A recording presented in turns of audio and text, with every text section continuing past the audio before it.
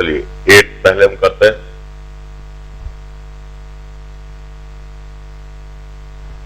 A closed coil having 100 turns is rotated in uniform magnetic field. एक closed coil है, उसमें 100 turns हैं, rotated in uniform magnetic field having this magnitude about diameter which is perpendicular to magnetic field.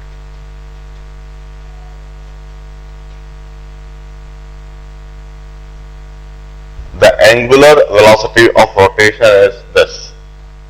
Angular velocity of rotation is 300 revolution per minute. इसको मैं SI unit में convert कर देता हूं 300 into 2 pi by 60 रेडियन पर second. Revolution की जगह 2 pi radian कर दिया और 1 मिनट की जगह 60 सेकेंड कर दिया। The area of coil is given, area of coil is 25 centimetre square. इसको भी ऐसा यूनिट में कन्वर्ट करता हूं 25 into 10⁻⁻4 metre square. And its resistance is 4 ohm. Resistance is 4 ohm. Find average EMF developed in half a turn from a position where coil is perpendicular to magnetic field, and average EMF in full turn and the net charge raised in part 1.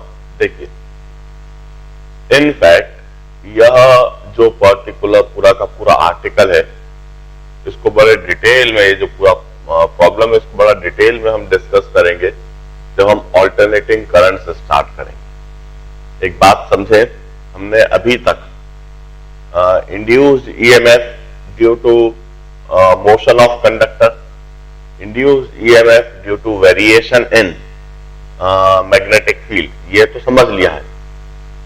Motion of conductor की वजह से जो induced EMF है उसको हम motional EMF कहते हैं, और वेरिएशन इन मैग्नेटिक फील्ड की वजह से जो इंड्यूस्ड ईएमएफ है उसको हम इंड्यूस्ड ईएमएफ कहते हैं। और एंगल चेंज होने की वजह से जो ईएमएफ इंड्यूस होता है उसकी वजह से हम अल्टरनेटिंग करंट्स जनरेट करते हैं, अल्टरनेटिंग ईएमएफ जनरेट करते हैं, जो कि हमारा अगला चैप्टर है। एनीवे, उसका एक बेसिक तो इधर से आ ही गया। देखिए, ये जो कॉइल है इसका कुछ भी शेप हो सकता है। मैंने सर्कुलर बना दिया, मगर ऐसा कोई जरूरी नहीं है कि सर्कुलर हो।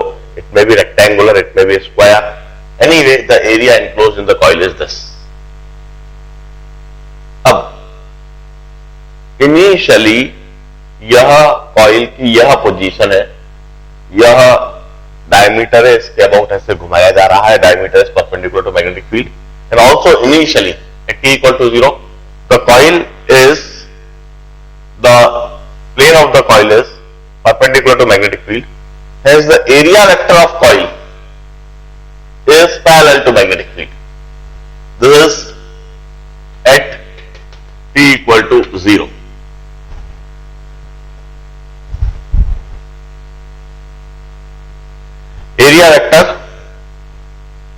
एरिया वेक्टर जो कि इस तरह से होएगा, या इनटू द बोर्ड होएगा, मैग्नेटिक फील्ड भी इनटू द बोर्ड। तो एरिया वेक्टर और field vector, magnetic field vector collinear है। अब at any time t, at any time t, where t would be equal to where any time t, यह magnetic field के about यह coil rotate कर जाएगी और एक ऐसी सिचुएशन बन जाएगी, यह कॉइल रोटेट कर गई है और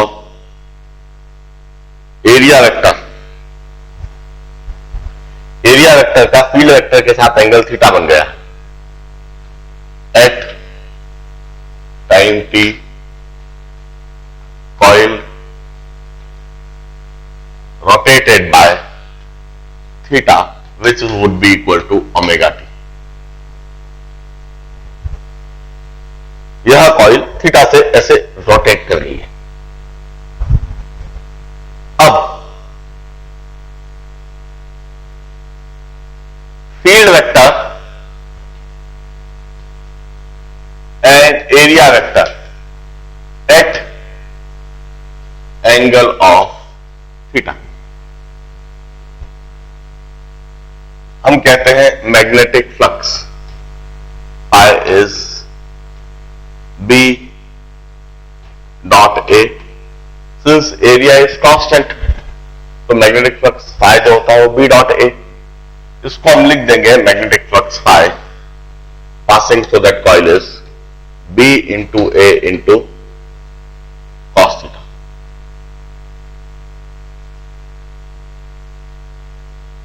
मैग्नेटिक फील्ड कांस्टेंट है, एरिया कांस्टेंट है, तो फाई होगा B dot A means B into A into cos theta।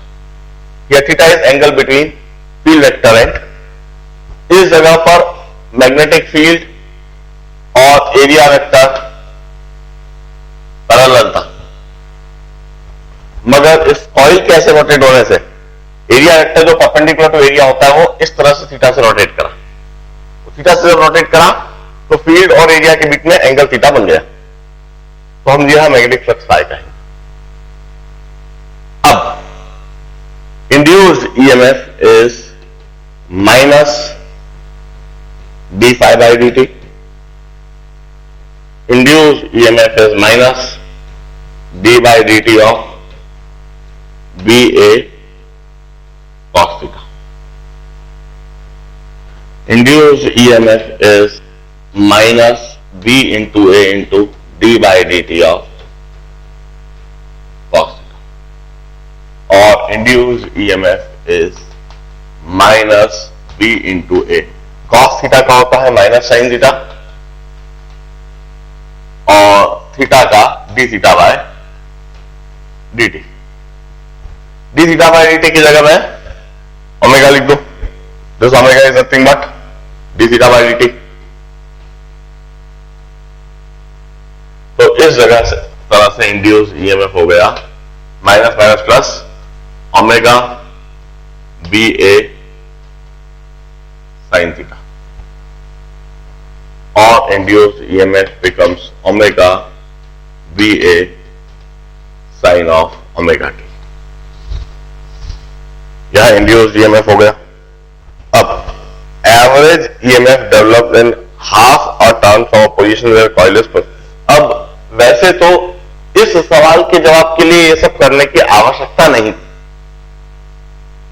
मैंने बता दिया। ऑल्टरनेटिंग करंट में एक और बार ये सारी चीज दोहराऊंगा। और तो इस सवाल के लिए तो average EMF develop over half, average EMF के लिए मैं सीधा सा लिखता minus of delta phi by delta t, और फाई के लिए लिखता phi two minus phi one, so phi one minus phi two by delta t, और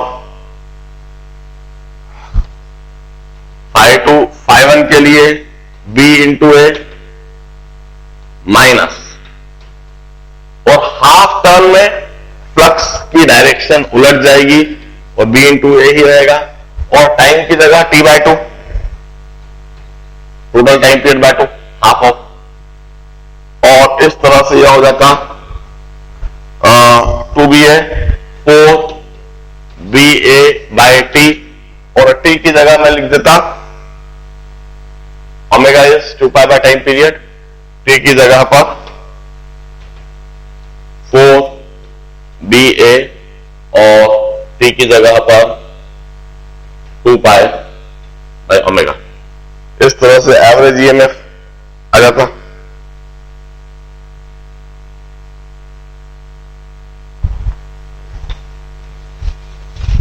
और इस एवरेज ईएमएफ को हम ऑल्टरनेटिंग करंट में इसे इंटीग्रेट करके भी निकालेंगे, और वहां पर एक अलग तरीका लगाएंगे। यह एवरेज ईएमएफ डेवलप बेस से निकाल दीजिए, और एवरेज ईएमएफ डेवलप्ड इन फुल टर्न, फुल टर्न में मैग्नेटिक फ्लक्स हाफ टर्न में तो पॉजिटिव होएगा और इंड्यूस्ड ईएमएफ हाफ टर्न में पॉजिटिव और अगले हाफ टर्न में नेगेटिव। पूरे टर्न में change in magnetic flux zero हो जाएगा। तो पूरे टर्न में यदि हम एवरेज ईएमएफ पूछेंगे, E average in full turn would be zero. First half में वह पॉजिटिव वैल्यू, तो नेक्स्ट हाफ में वह नेगेटिव वैल्यू होगा, और पूरा जब टर्न हो जाएगा तो overall average change in flux zero रहेगा, क्योंकि जो ओरिजिनल पोजीशन थी पूरा टर्न के बाद वही फाइनली पोजीशन मिल जाएगी। अब इसके बाद उन्होंने पूछा net charge displace in part one. Part one में नेट चार्ज डिस्प्लेस के लिए हमने एक्सप्रेशन ऑलरेडी लिख रखा है, तो इधर लिख देता हूं, delta phi by R. Charge displace के लिए डेल्टा पाई बाय आर, सीधा सीधा एक्सप्रेशन लगा देंगे।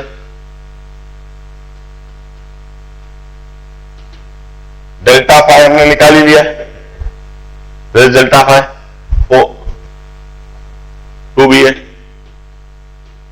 अपॉन आर दे रखा है। यह चार्ज डिस्प्लेस लिख दीजिए। इस तरह से हम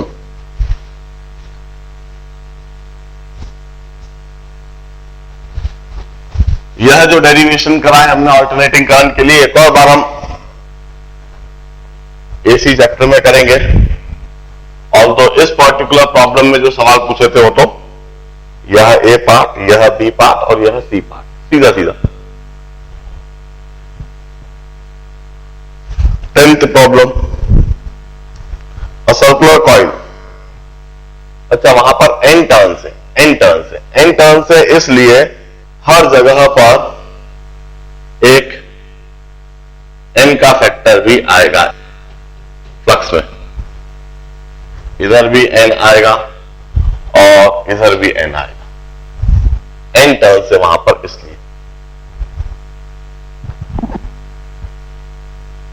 अब 10th वाला problem, a circular coil of 1 turn of radius 5 centimeter is rotated about a diameter with constant angular speed of 80 revolution per minute. A uniform magnetic field exists perpendicular.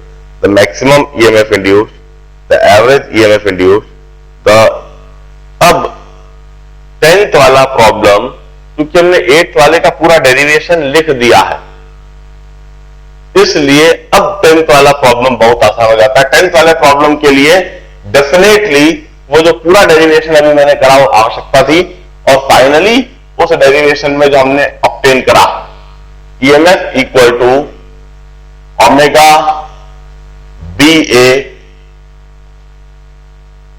Sign omega T, यह जो हमने obtain करा था इसकी आवश्यकता है। 8th और 10th, that is a sequential problem. 8th में डेरिवेशन की आवश्यकता नहीं थी, मगर 10th में जो अभी अभी डेरिवेशन है उसको एक और बार बड़े ध्यान से देख लो, ये चीज दोबारा लिख लो। अब हो गया पूरा 10th वाला भी। द मैक्सिमम ईएमएफ इंड्यूस्ड, अब इधर से लिख देंगे, ए पार्ट में मैक्सिमम ईएमएफ के लिए हम कहेंगे ओमेगा टी की वैल्यू जब π/2 है और साइन ओमेगा टी की वैल्यू 1 है, तब मैक्सिमम ईएमएफ यह होगा। एन टर्न्स यदि है तो N to N, N turns के लिए एन आ जाता है term first.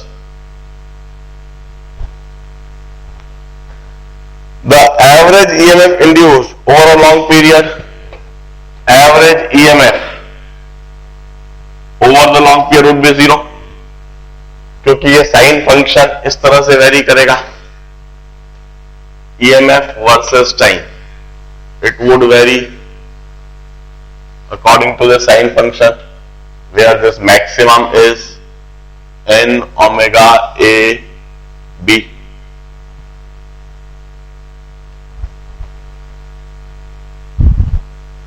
The average of square of EMF induced over a long period.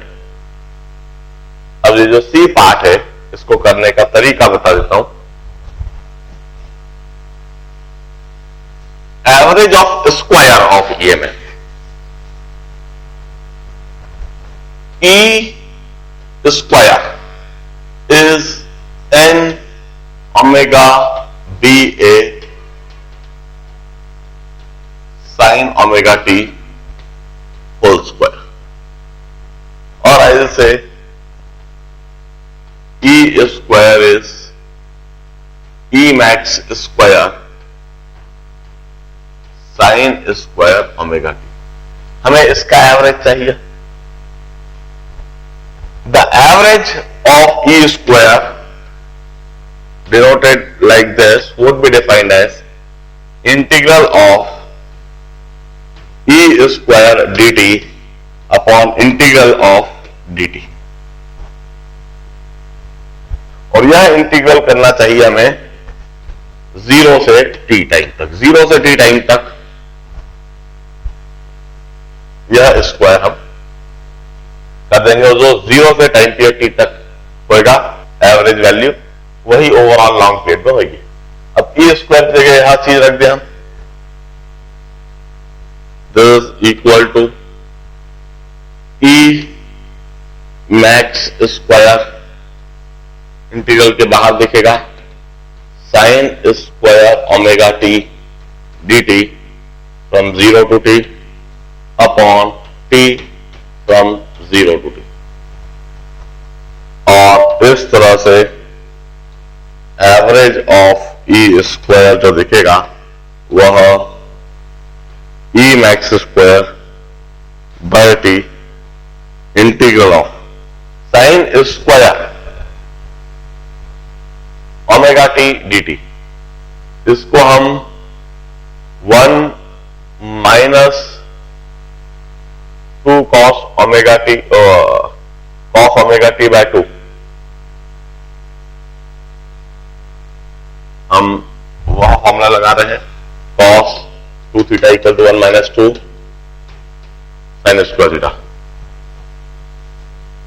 तो इसे मैं लिखता हूं 1 minus cos of 2 omega t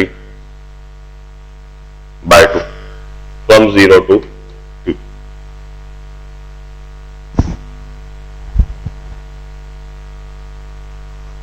And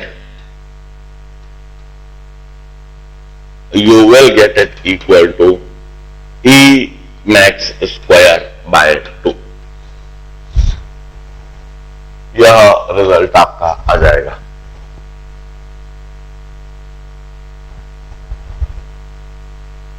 वो पूरा डेरिवेशन जो 8th प्रॉब्लम में मैंने करा, जो उसके लिए आवश्यक नहीं था, वो इधर काम आएगा. अल्टीमेटली यह रिजल्ट देख लेना है. इससे ई मैक्स हमें सीधा सीधा दिखने लगेगा. हमें एवरेज 0 वहां पर भी बोला, इधर भी हम 0 बोलेंगे, क्योंकि साइन फंक्शन का एवरेज हमेशा 0 होता है. जितना पॉजिटिव एरिया उतना ही नेगेटिव एरिया. और एवरेज ऑफ स्क्वायर्स के लिए हम इस तरह से लिखेंगे. तो average of squares would be n square omega square b square a square by 2. This is the 10th problem. इसके अलावा DPS2 में और कोई डाउट हो तो पूछो. हम DPS3 तो स्टार्ट करना चाहते हैं.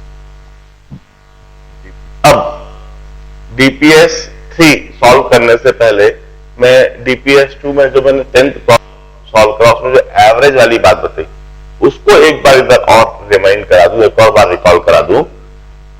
If any quantity Q, if any quantity Q very is a function of time, It's a function of time.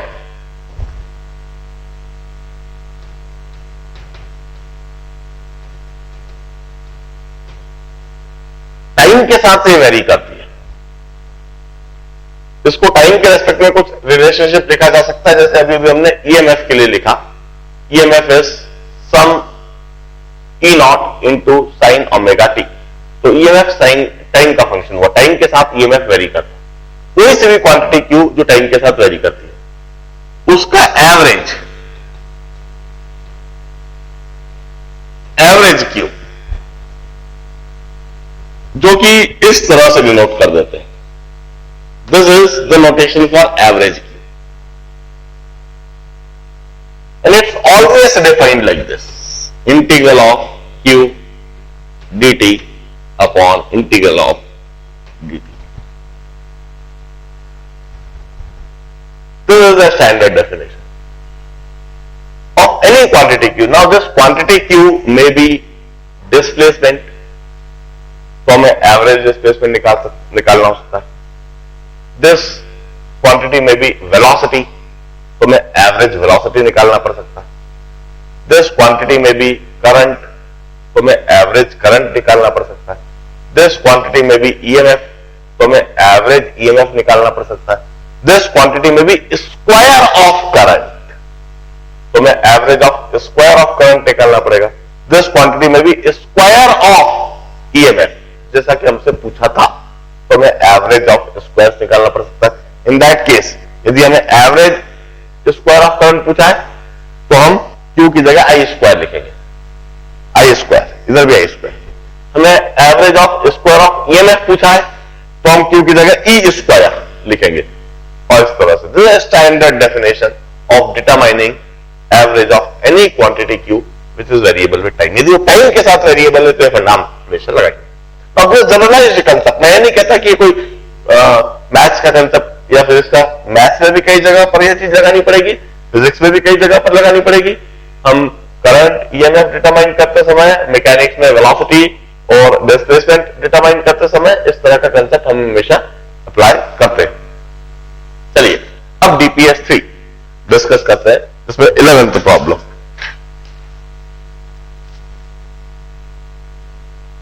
इसके अलावा और कोई डाउट हो तो और लिखवा दो.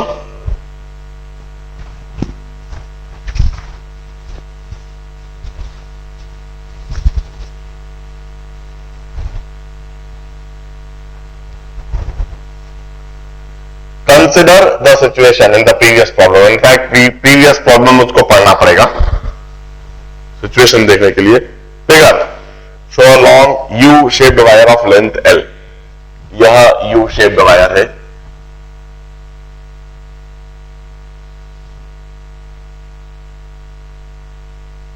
लेंथ इसकी एल है. Placed perpendicular to magnetic field B. इस तरह से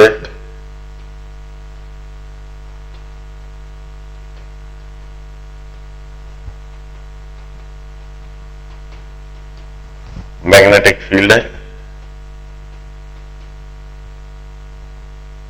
मैग्नेटिक फील्ड बी है. A wire of length L is sliding on U-shaped wire with constant velocity V toward right. यह एक दूसरा वायर है, इसकी लेंथ L ही है.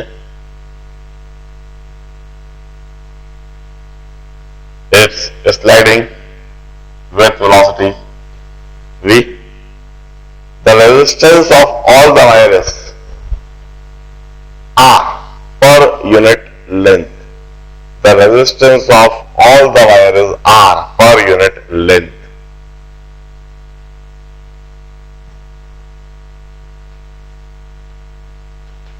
Resistance per unit length is R. At t equal to 0, the sliding wire is close to left edge of U-shaped wire. Draw an equivalent circuit diagram showing the induced EMF as a battery. Calculate current in the circuit. ये तो ठीक है, 10th वाला हो गया जिससे हमने situation को समझ लिया. खास हमें 11th वाला करना है.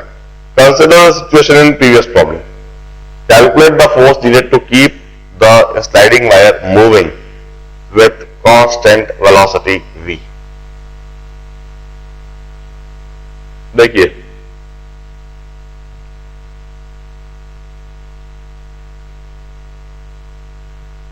जब हम इसको खींचेंगे तो इसमें करंट होएगा। सबसे पहले तो करंट की डायरेक्शन को समझते हैं लेंज लॉ से, और फिर हम यह देखते हैं फोर्स की डायरेक्शन इस पर क्या होगी। जब हम इस तरह से खींच रहे हैं तो लूप के अंदर into the board magnetic flux बढ़ रहा है। लूप के अंदर into the board magnetic flux बढ़ रहा है। According to Lenz law current इसमें इस तरह से जनरेट होएगा सो दैट ये बढ़ते हुए फ्लक्स को रोका जा सके, और बढ़ते हुए फ्लक्स को तब रोका जा सकेगा जब करंट की डायरेक्शन इस तरह से हो जाए कि उसकी वजह से magnetic flux outward the board हो। इस तरीके से यदि लूप में करंट फ्लो करा, फ्लक्स आउटवर्ड द बोर्ड होगा, तो करंट की डायरेक्शन यह होगी। This would be the direction of current. अब इस करंट की डायरेक्शन के साथ जब एक कंडक्टर इस तरफ मूव कर रहा है तो अब मैं कहता हूं a current carrying conductor is moving in magnetic, तो उस पर फोर्स जो लगता है that is equal to I into L cross B. उसकी डायरेक्शन देख लेते हैं, L cross B. Force, magnetic force इस तरफ लगेगा और यह मैग्नेटिक फोर्स होएगा आई बी एल। जैसा भी करंट वेरी करा उसी हिसाब से force. External force, external agent को इस डायरेक्शन में लगानी होगी। This would be the external force और कांस्टेंट वेलोसिटी।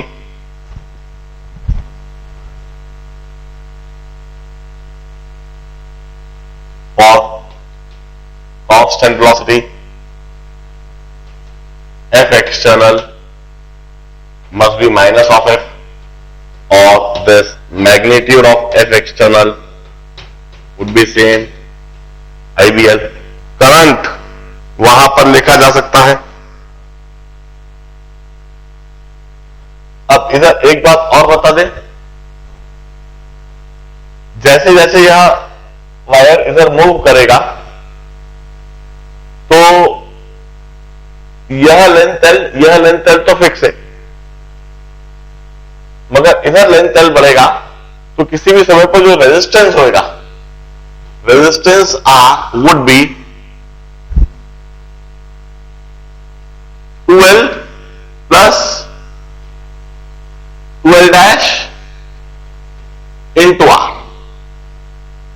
2L तो फिक्स है, L L और यह डैश लिखता हूं मैं, where L dash would be equal to Vt, क्योंकि कांस्टेंट वेलोसिटी से मूव कर रहा है। तो resistance R would be 2L plus Vt into R, यह रेजिस्टेंस R होगा। और ईएमएफ इंड्यूस कितना होगा? BVL। ये एक कंडक्टर जब मूव करता है then this is the EMF induced BVL। तो वहां पर जो करंट होगा वह E by R और BVL by R, R की जगह 2 times L plus VT by R।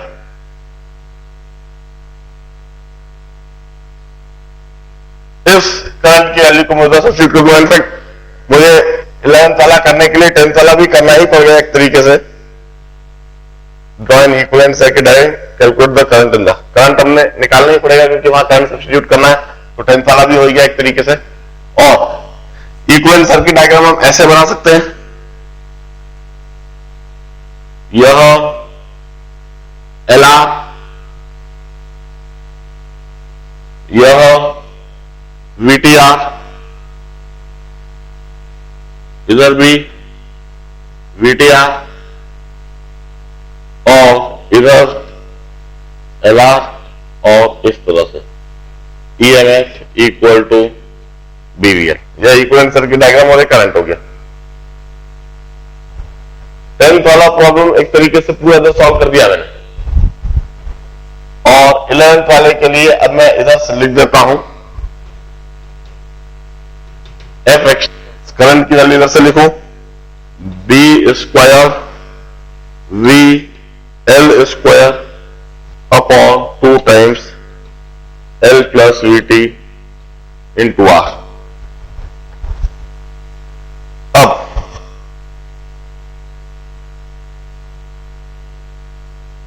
calculate the force needed. If force needed just after t equal to 0 is F naught.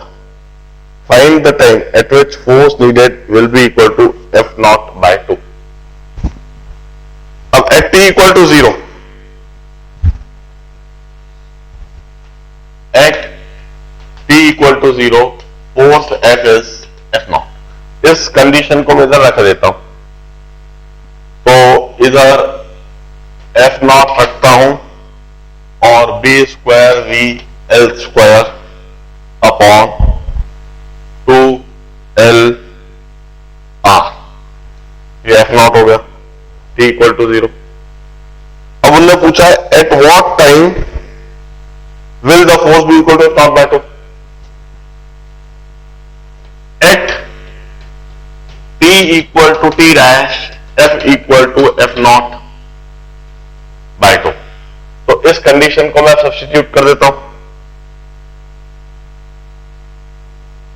इधर मैं लिखता हूं F naught बाय 2 और इस equation को रीअरेंज करके लिखता हूं मैं इस तरह से B square V L square by 2LR into 1 plus VT by L।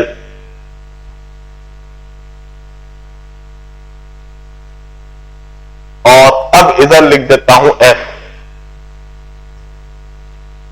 F naught bye 2 equal to F upon 1 plus VT by L। तो इधर से हो गया 1 plus VT by L is equal to, और VT dash by L is equal to 2 और T dash is equal to ये 1 एक बच गया L upon V। I hope this is solution for 11th problem.